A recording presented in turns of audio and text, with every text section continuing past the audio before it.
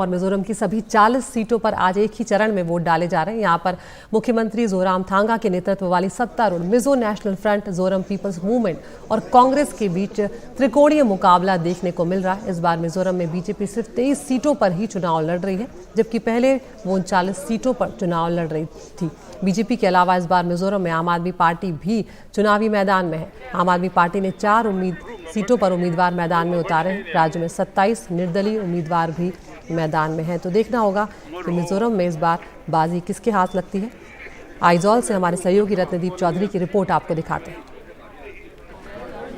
मिजोरम में चुनाव प्रक्रिया जारी है। 40 में से 40 सीटों में हम इस वक्त आइजॉल में हैं, रामलुंग इलाके में, जहां पे कि मुख्यमंत्री अपना वोट देने आए थे पहले, मगर वोटिंग मशीन ठीक तरह से काम ना करने के कारण वो वोट नहीं दे पाए। यहां पे देख सकते हैं, सुबह से ही हमने देखा है कि बहुत बड़ी कतार लगी हुई थी लोगों की और लोग निकल के आए हैं। इस बार जो चुनाव है इसमें 174 कैंडिडेट्स हैं 40 सीटों में, और 18 सीट ऐसे हैं जहां पे कि मल्टी कॉर्नर फाइट हो रही है।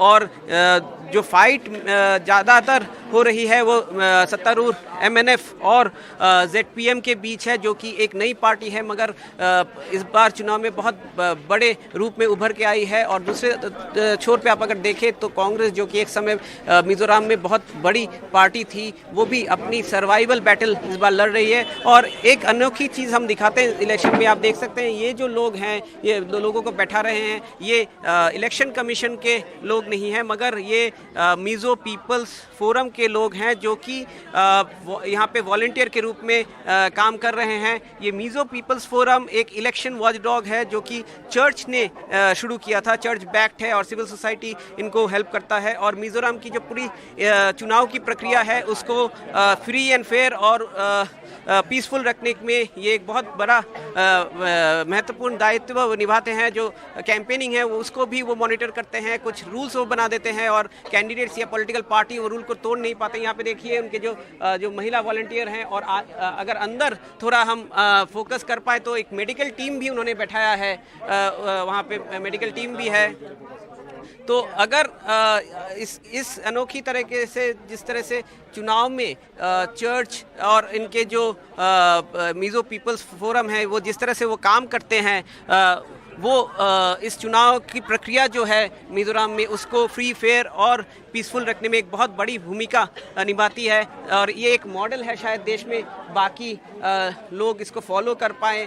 अगर हम बात करने की भी कोशिश करेंगे मिजो पीपल्स फोरम के कुछ मेंबर्स के साथ, you are a volunteer of Mizo people's forum, so what is the purpose of the volunteers here? What is your duty?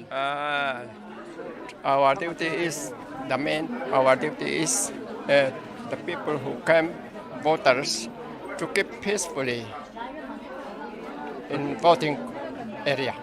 तो ये कह रहे हैं कि यहाँ पे जो लोग अपना वोट डालने आए हैं वो पीसफुली अपना वोट डाल पाए, इसकी ही कोशिश ये लोग करते हैं। आप देख सकते हैं यहाँ पे, जबकि जो पोलिंग की प्रक्रिया है वो बहुत धीमी चल रही है, मगर लोग आराम से बैठे हैं, इंतज़ार कर रहे हैं अपना जो उनको अपने समय का, और अपने समय पे जाके अपना मतदान कर रहे हैं। एक जो डेमोक्रेसी है उस डेमोक्रेसी की एक बहुत अच्छी छवि यहाँ पे हमें देखने को मिल रही है। यहाँ पे मिजोरम में जहाँ पे कि अर्बन जो एरियाज़ हैं वहाँ पे पोलिंग परसेंटेज बहुत हाई रहता है। थोड़ी बात करने की कोशिश करेंगे, कुछ फीमेल वोटर्स भी हैं। Ma'am, if I can talk to you, what's your name? Lalrumoy. You have come to cast your vote. Yeah. So what are the issues that the people of Mizoram were looking forward to in this election? Actually, every one of us are expecting a new government. But I don't think there'll be much change, because even the people, the politician, everyone, they're all the same. There'll be a slight change, but not much. I don't think there'll be much change. तो ये कह रहे हैं कि जबकि बहुत लोग यहाँ पे एक परिवर्तन की भी बात कर रहे हैं, मगर परिवर्तन शायद नहीं हो पाएगा, क्योंकि जो पॉलिटिशियन हैं वो पुराने ही पॉलिटिशियन ही अभी लड़ रहे हैं। मगर जो बहुत सारे पॉलिटिकल पार्टीज़ ने इस बार नए कैंडिडेट्स को भी खड़ा किया है। तो अगर पूरे इस चुनाव प्रक्रिया की बात करें तो मिजोरम में इस बार एक कांटे की टक्कर है ZPM और MNF के बीच, और चुनावी प्रक्रिया अभी जारी है। आइजॉल से कैमरा पर्सन GD शंकर के साथ रत्नदीप चौधरी, NDTV इंडिया।